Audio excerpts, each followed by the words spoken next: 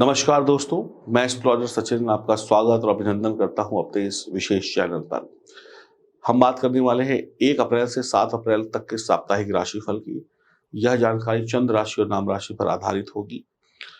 हम जानेंगे इस सप्ताह में क्या उतार-चढ़ाव आने वाले हैं, क्या दुःख, क्या सुख आने वाले हैं। इन सभी विषयों पर हम चर्चा करेंगे। हम आपको एक-एक दिन का हाल बताएंगे ताकि आप आने वाले वक्त को बेहतर तरीके से समझ सकें।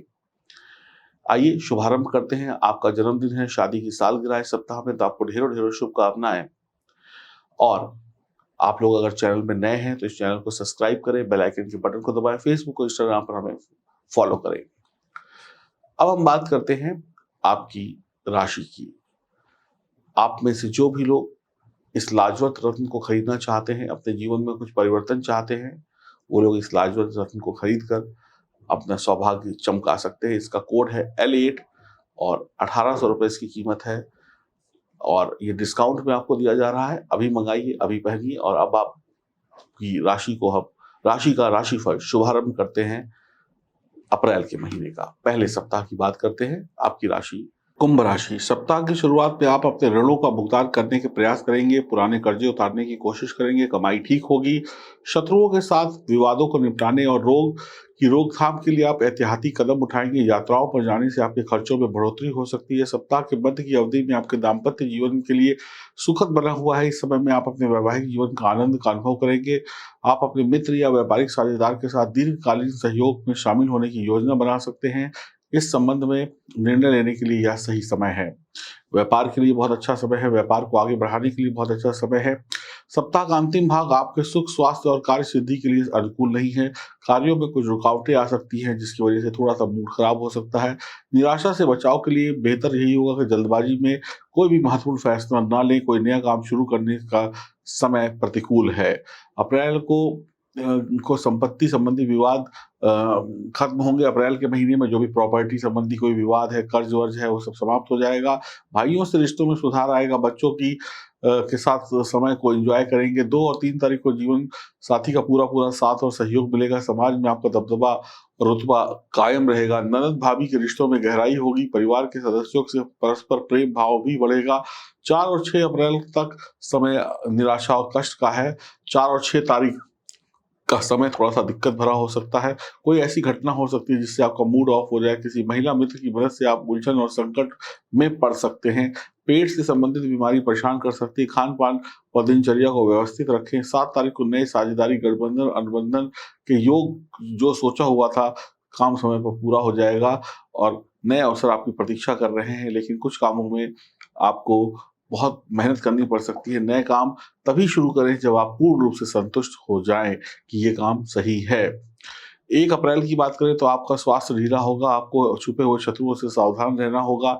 आप कुछ कर्जे उतार सकते हैं। अपने मन की बात, अपने कार्य की बात, अपनी रणनीतियाँ किसी से शेयर ना करें, अन्यथा धोखा हो सकता है। जहाँ तक संभव हो किसी से कुछ उधार ले नहीं, किसी को कुछ उधार दे नहीं। यदि आप परीक्षा या प्रतियोगिता में बैठने जा रहे हैं तो संघर्ष के बाद सफलता प्राप्त होगी।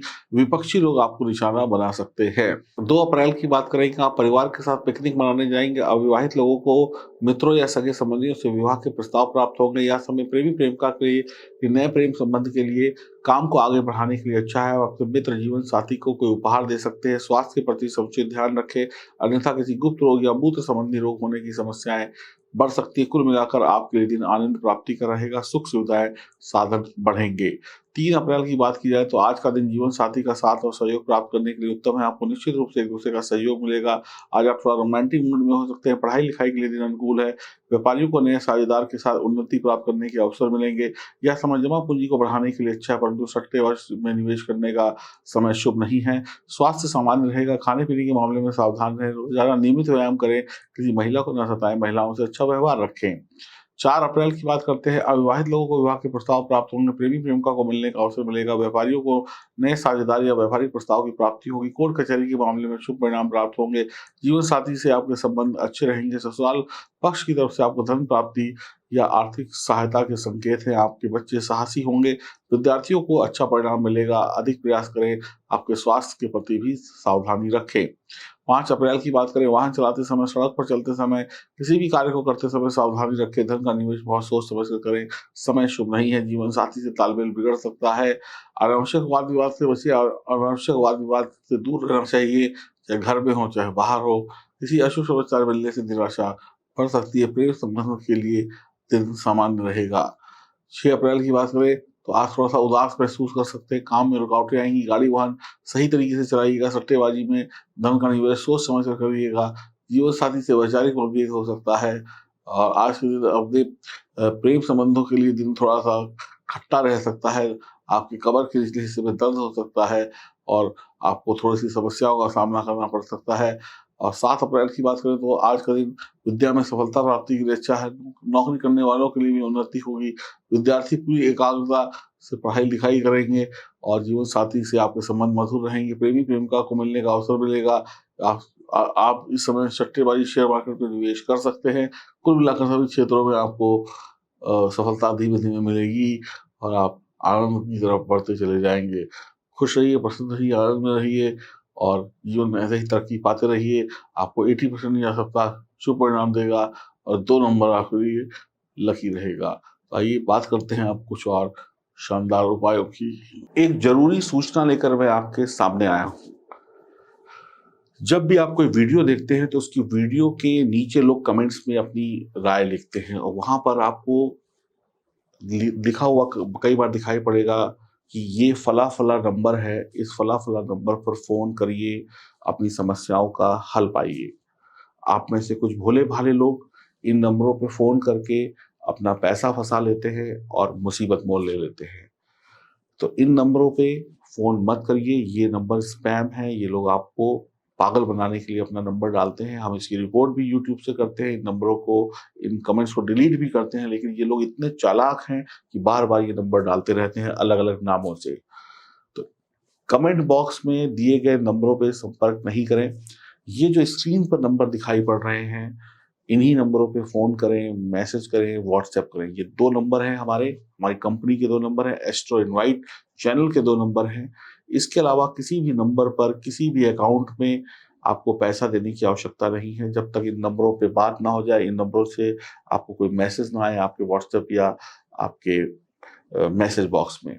सिर्फ़ इन्हीं 2 नंबरों पे यकीन करिएगा, इन्हीं 2 नंबरों पे मैसेज या कम्युनिकेशन करिएगा, बाकी कोई भी नंबर हमारा नहीं है। कोई भी नंबर पर अगर आप करते हैं बिना सोचे-समझे, तो आपका नुकसान हो सकता है। तो मैं एक बार फिर से देखिए, बड़े-बड़े ये 2 नंबर हैं, यही हमारा व्हाट्सएप नंबर है, यही हमारा कॉलिंग नंबर है, इन्हीं नंबरों पे आप फ़ोन कर सकते हैं और किसी बहकावे में आकर अपने पैसा और अपना वक़्त खराब मत करिएगा।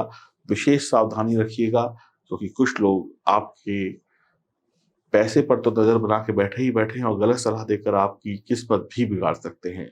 सावधान रहिएगा और अलर्ट भी रहिएगा। आपका बहुत-बहुत धन्यवाद। चैनल से जुड़े रहिए और सही नंबरों पे फ़ोन करके अपनी किस्मत बदलिए।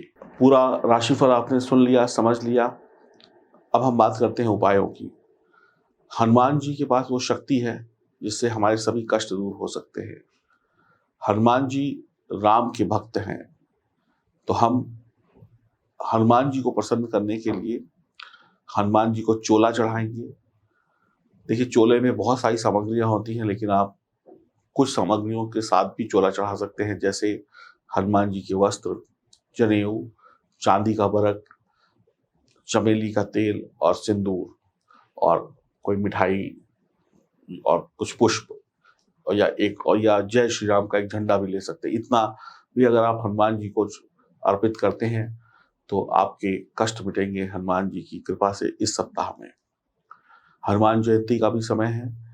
आप अगर चाहें तो हनुमान जी को मीठे पान का भोग लगा सकते हैं। आप सुंदरकांड का पाठ कर सकते हैं, हनुमान चालीसा का पाठ कर सकते हैं और ये देखिए, रामचरितमानस है, इसका पाठ भी कर सकते हैं। इससे भी आपके दुःख कटेंगे। छोटे-छोटे उपाय करिए, हनुमान जी की कृपा आप पर बरसेगी और शिव जी का आशीर्वाद प्राप्त करने के लिए, हनुमान जी का आशीर्वाद प्राप्त करने के लिए और भगवान श्री कृष्ण का आशीर्वाद प्राप्त करने के लिए मैं आपको 3 महामंत्र बता रहा हूं। पहला मंत्र है सियापति रामचंद्र की जय। जहां पर ये आवाज है वहां पर हनुमान जी की कृपा है। सियापति रामचंद्र की जय, आप इतना भी बोल देंगे तो भी बढ़िया है। दूसरा है जय बजरंग बली। अगर आप यही रटते हैं, यही आगे बोलते चले जाते हैं और लोगों से बुलवाते हैं तो भी आपका कल्याण होगा। और तीसरा राधे राधे। अगर आप इस नाम को भी जपते हैं तो त्रिलोक के स्वामी द्वारकाधीश भगवान श्री कृष्ण आपके पास होंगे।